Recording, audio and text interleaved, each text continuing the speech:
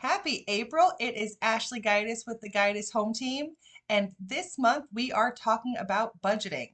What does it cost you to run your home on an annual basis? So I did some research, and this is proven true for my homes as well. The rule is $1 a square foot is what you should be saving. So for example, if you have a house that is 2,500 square feet, you should be saving $2,500 a year or $209 a month.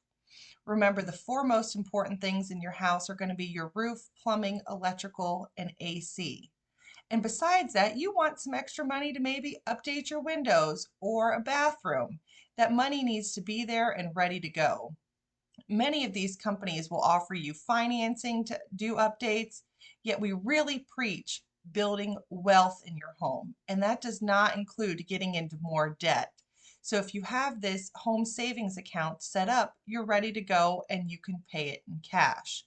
So again, the $1 a square foot rule, and this will apply to each and every home.